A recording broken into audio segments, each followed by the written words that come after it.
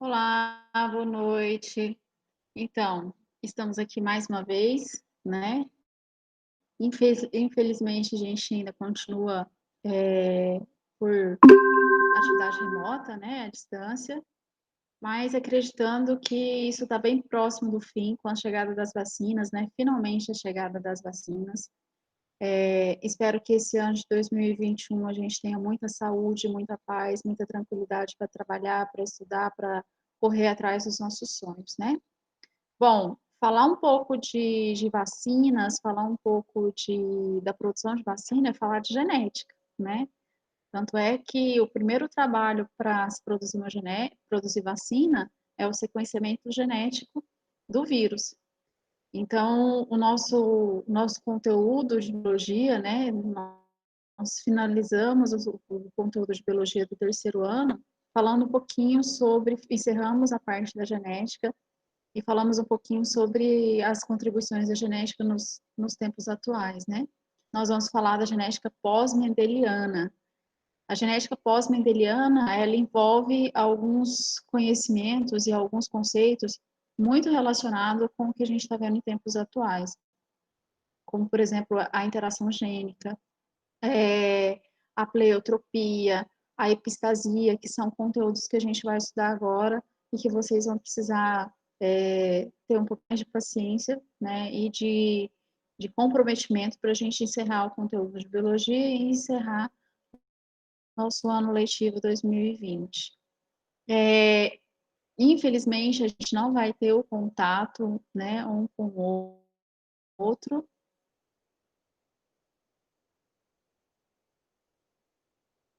Nesse encerramento, o que me deixa bastante triste, porque eu acompanho muito já encerrando o terceiro ano com vocês, está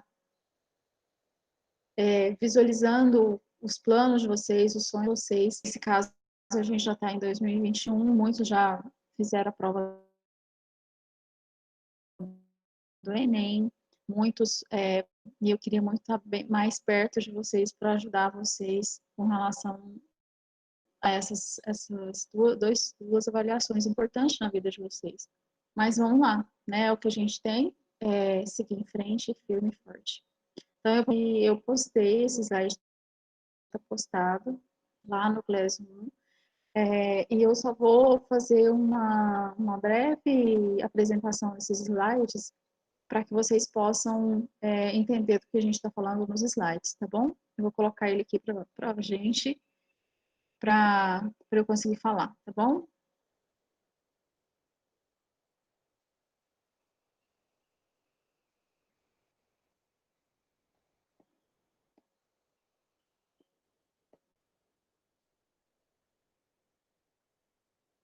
Bom, a interação, o que nós chamamos de genética pós-mendeliana, ela envolve vários conceitos, e um desses conceitos é o que nós chamamos de interação gênica, outro é herança quantitativa e o outro é pleiotropia.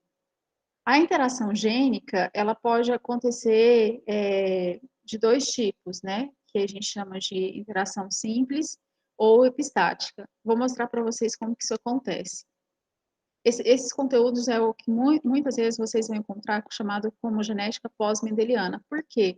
Quando Mendel concluiu os estudos dele, ele não sabia muita coisa. Ele não tinha, por exemplo, não conseguia entender a estrutura do DNA, o funcionamento do DNA, ele não sabia nada disso. Então, os trabalhos de Mendel ficaram guardados durante muitos anos, por mais de 30 anos ficaram engavetados, né, desacreditados. Só depois da descoberta da estrutura do DNA, que foi um trabalho da bioquímica e da física, então, depois que se descobriram a estrutura e funcionamento do DNA, é que foram retomados os conceitos de Mendel. E aí, então, a gente fala de genética pós-mendeliana, porque esses conceitos, esses assuntos, eles foram possíveis se estabelecer depois da descoberta do DNA, depois dos estudos de Mendel, muito depois dos estudos de Mendel. Então, por isso que a gente tem o que nós chamamos de genética moderna, ou genética pós-mendeliana, né? Que é uma complementação dos estudos de Mendel. Então, existem a interação gênica, existem três tipos de interação gênica. Os genes complementares, que acontece quando dois ou mais genes não alelos atuam em um determinado fenótipo. Então, por exemplo, quando acontece com a cor, né? Lá a cor das ervilhas. Mendel usava quando ele usa-se dois caracteres, né? Então, quando dois genes, dois genes não alelos, quer dizer, o gene do tipo A e o gene do tipo B, eles se juntam e formam uma característica só. A epistasia, quando um gene inibe a ação de outro gene. Então, os genes do tipo A inibe o B ou o B inibe o A. E a herança quantitativa, que é um efeito aditivo, que está muito relacionado com a altura do ser humano, a cor dos olhos, pigmentação da pele.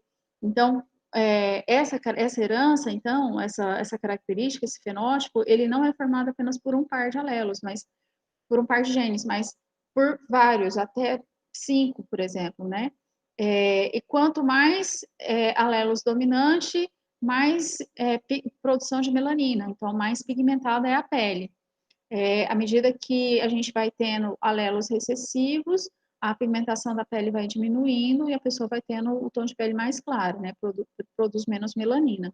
Então, esses são os três tipos de interação que a gente tem, de interação gênica: genes complementares, epistasia e herança poligênica ou herança quantitativa, que é a mesma coisa. Vou falar um pouquinho para vocês sobre a interação gênica, tá? Então, a interação gênica, é quando uma característica pode ser condicionada por mais de um par de genes em interação. Então, aqui a gente tem um esqueminha bem facinho da gente compreender. Eu tenho dois pares de genes, os genes do tipo A e os genes do tipo B. Então, os dois vão atuar junto para a manifestação de um caractere. Então, lá, não se manifesta independente. O A não vai se manifestar independente, nem o B independente. Os dois pares de genes vai atuar para a formação de uma característica, tá? Isso é o que nós chamamos de genes complementares. Um tipo de interação gênica, que a gente fala de interação gênica simples, um exemplo é a formação da crista das galinhas. A crista é aquele negocinho, aquele penachozinho das galinhas. Olha, nós temos quatro tipos de crista, né? A crista do tipo rosa, do tipo ervilha, do tipo simples, que é o mais comum, e do tipo nozes, que é essa mais arredondadinha aqui. Então, esse é um tipo de interação gênica chamada de interação gênica por genes complementares do tipo simples. Aqui a gente observa que os genes do tipo R e do tipo E, eles interagem quando os dois são dominantes, formando a crista do tipo nozes. Quando apenas um é dominante, o R é dominante, e os dois Ezinho é recessivo, crista rosa. Quando os dois R é recessivo e apenas temos um E dominante, crista do tipo ervilha, que é essa aqui, tá? E quando todos são recessivos, a gente tem crista do tipo simples, que é a mais comum. Então, esse é um exemplo de interação gênica por genes complementares do tipo simples. Dois pares de genes diferentes agindo em uma característica só. Nesse caso, a formação da crista das galinhas, né? Aí a gente tem um outro tipo de interação gênica, que é o que nós chamamos de interação gênica por epistasia, né? A epistasia é quando olha que lindinho, a gente vê três cores diferentes de labrador, né? O labrador meio chocolate, meio marrom, né? O labrador caramelo, né, castanho, que é o mais comum, e o labrador preto, né? Esses são os três tipos. Nesse caso, o que vai determinar a cor dos cachorrinhos, a cor dessa raça, desses animais, está relacionado com a interação gênica, nesse caso, chamado de interação gênica epistática. O que é o epistático?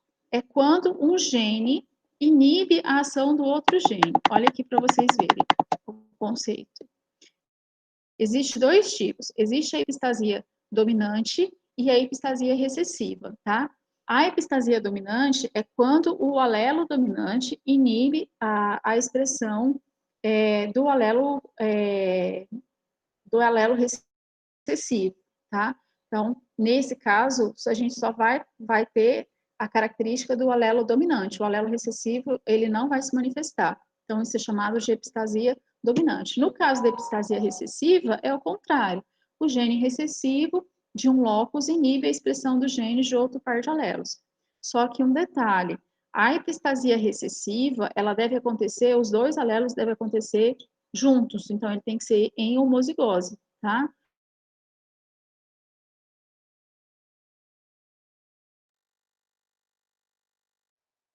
Aqui nós temos, tá? O cachorro preto, ele tem os dois alelos dominantes, tá? Predominantemente dominantes, tá? Então, nesse caso aqui, o B dominante e o D dominante, vai ser cachorro preto. O cachorro dourado, ele é o que nós chamamos de... ele é todo recessivo, tanto o Bzinho quanto o Dzão, tá vendo? Olha aqui que interessante, ó. Quando surge o cachorro marrom? Aqui. Então, eu vou cruzar aqui, pegou aqui, ó, o cruzamento. Deixa eu mostrar direitinho. Vou voltar aqui. O cruzamento de um cachorro preto, puro, eu sei que é puro porque ele está em homozigose para os dois alelos, e o dourado também puro em homozigose para os dois alelos. No primeiro cruzamento, vai dar esse tipo de preto aqui. Observa que esse preto aqui, ele já não é um preto puro, ele é um preto híbrido. Porque ele tem, ó, o alelo recessivo para o Bzinho e o alelo recessivo para o Dzinho. Então, ele é um cachorro preto, mas ele é híbrido, tá? Quando você pega esse cachorro preto, fruto desse cruzamento, e cruza ele com outro cachorro preto, que também é fruto de um cruzamento de dois puros, né? Olha o que vai acontecer aqui, ó. É uma epistasia recessiva, onde o Dzin é epistático ao gene Bzão. Olha aqui, ó, o marrom, tá vendo? O Dzin está inibindo a manifestação da cor preta, que é o Bzão. Então, por isso que eu tenho um cachorro marrom. Aqui, do mesmo jeito, ó, Dzin está inibindo a pigmentação preta, que é o Bzão. Aqui, do mesmo jeito, Dzin, inibindo, formando, então, o cachorro marrom. O cachorro, o castanho, aquele caramelozinho, aquele cor clarinha, ele tá vendo que ele tem bezinho, ó, bezinho. Isso é porque ele tem ausência de pigmentação. Ele não produz a pigmentação, por isso que ele é daquela cor. Então, o preto tem o B maiúsculo, e aí não importa o que tem na frente, e aqui eu já tenho o castanho que tem o bezinho, que nesse caso é o que a gente chama de do caramelo. Então, a epistasia recessiva é quando o alelo recessivo inibe a ação do Bzão, que seria o alelo dominante produtor da pigmentação, tá? Então, isso quer dizer epistasia recessiva. Anotem aí, epistasia recessiva é quando o alelo recessivo, homozigótico, inibe a ação do alelo dominante, e aí tanto faz se é homozigótico ou não, tá? Um caso de epistasia dominante, ó, o epistasia dominante, o conceito, o alelo epistático é dominante, pode estar em dose dupla, homozigose, ou simples, heterozigose. Aqui a gente tem a pigmentação da pena das galinhas, penas coloridas e penas brancas. As penas coloridas, elas são, ela tem, então, aqui a gente vê, ó, a pena, o cesão aqui e o izinho, tá vendo? Então, nesse caso aqui, quem é o produtor de coloração? Quem produz a cor é o izinho, tá vendo? O isão que vai produzir a cor, tá? Então, aqui, se o cesão e isão vai produzir branca, cesim, tanto faz. Cesão vai inibir a ação do izinho aqui, tá? Olha o que a gente tem aqui, ó. A gente tem galinhas coloridas e galinhas brancas, tá?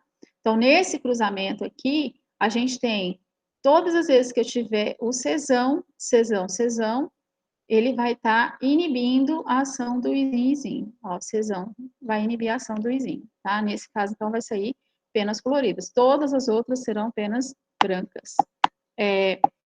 Então, esse é um conceito de interação gênica. Então, a gente tem a interação gênica por genes complementares, interação gênica por epistasia, e agora a gente vai falar um pouquinho sobre a herança quantitativa. A herança quantitativa foi o que eu falei para vocês. Depende da quantidade, nesse caso é quantitativo, porque ele é acumulativo, ele vai acumular, ó.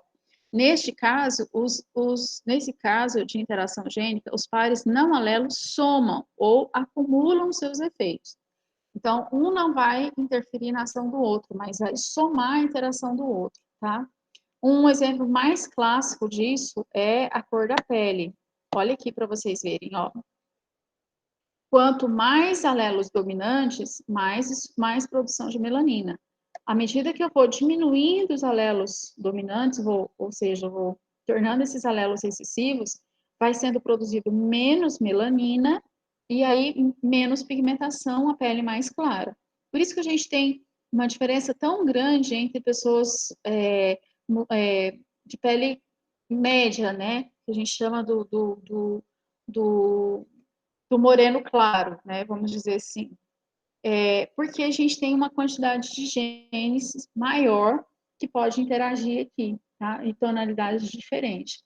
Outra característica é a cor dos olhos, tá?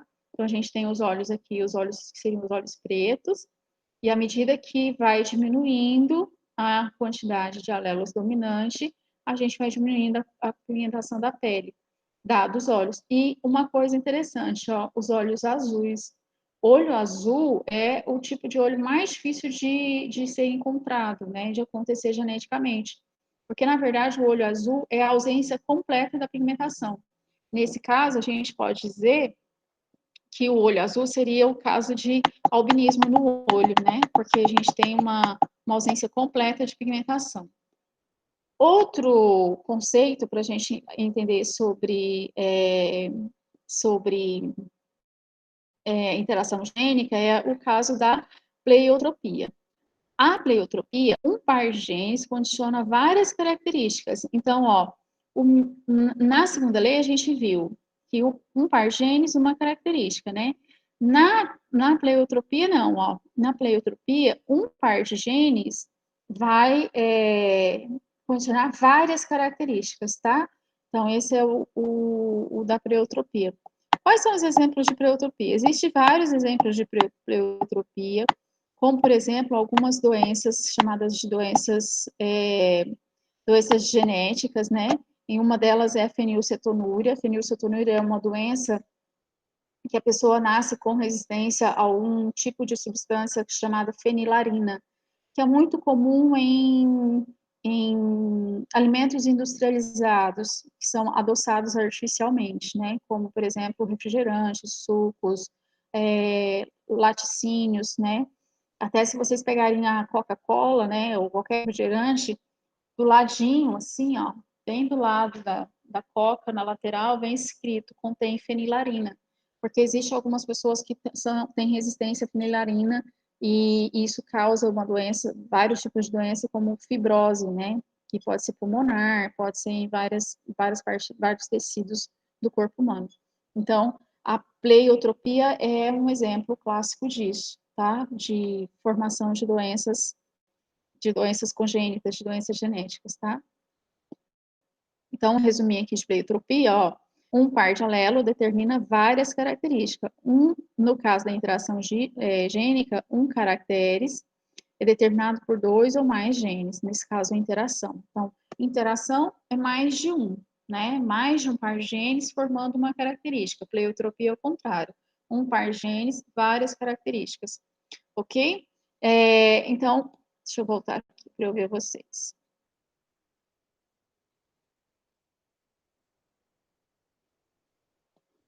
Bom, espero que vocês consigam entender minimamente o que eu tenho falado, né?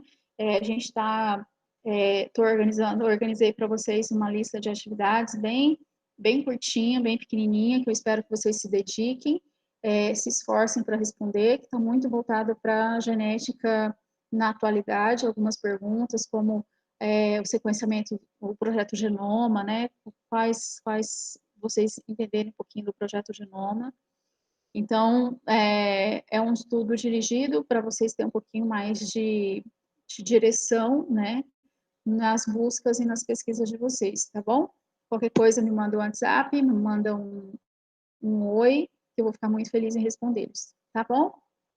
Beijo grande, saudade enorme de vocês. Quando me encontrarem na rua, se eu trocar os nomes, não se preocupe, mas as carinhas de vocês eu continuo lembrando, tá bom? E me chama, me fala comigo, tá? Me aborde, que eu tô morrendo de saudade. A gente não pode abraçar, mas falar um oi eu posso, tá bom? Beijo grande, saudade enorme de vocês.